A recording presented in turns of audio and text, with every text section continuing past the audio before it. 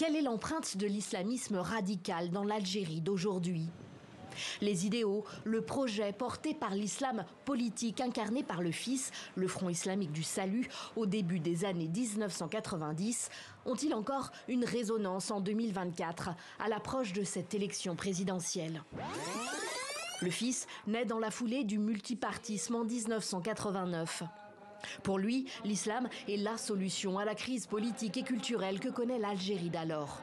Fin 1991, il prend le régime de cour et remporte largement le premier tour des législatives. Un scrutin annulé par les militaires en janvier 1992.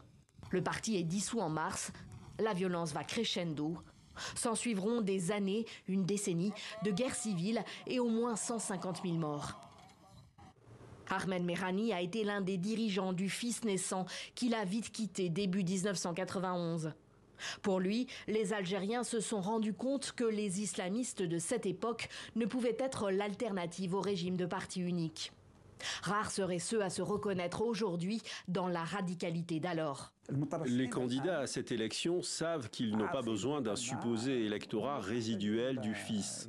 Ils n'ont pas cherché à savoir quelle serait la position de cette frange de la population, si elle existe. Si demain un parti se présente vraiment comme islamiste et participe à une élection, il n'est pas certain qu'il bénéficiera du soutien de tout le peuple algérien. 2 candidats seulement vont affronter le président sortant, Abdelmadjid Tebboune, le 7 septembre. Parmi eux, Abdelali Hassani Chérif, candidat du MSP, un parti islamiste historiquement proche des frères musulmans.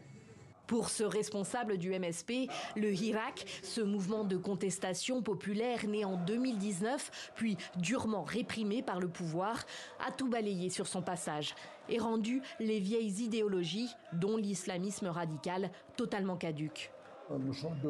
Le projet d'instaurer un État islamique est un rêve qui appartient au passé. Les Algériens aspirent maintenant à un État de droit, un État équitable, où la loi est respectée, où la citoyenneté est consacrée, où il y a du travail et l'égalité des chances. Un État où l'argent public est préservé de la dilapidation. La mouvance islamiste modérée est diverse dans l'Algérie d'aujourd'hui. Abdelkader Bengrina, un dissident du MSP, a créé son propre parti El Bina il y a une dizaine d'années. Lors de la dernière présidentielle en 2019, il était candidat et est arrivé 2e avec un peu plus de 17% des suffrages. Cette année, il ne se présente pas et soutient le président sortant. J'espère que ce que nous constaterons à l'occasion de cette élection, c'est de la maturité politique et que nous sommes passés à une étape où la concurrence se fait sur la base des programmes, que personne ne s'arme avec une idéologie. Car la dernière réforme constitutionnelle a bien mis fin à l'idéologie dans la politique en mettant en avant les 3 principes de la déclaration du 1er novembre 1954, qui sont le nationalisme, la démocratie et l'islam. Au fil des années, la société algérienne s'est islamisée et l'islam politique modéré est devenu une sensibilité politique comme les autres dans le pays. Certains partis ayant même des ministres au gouvernement sous les présidents Bouteflika et Tebboune.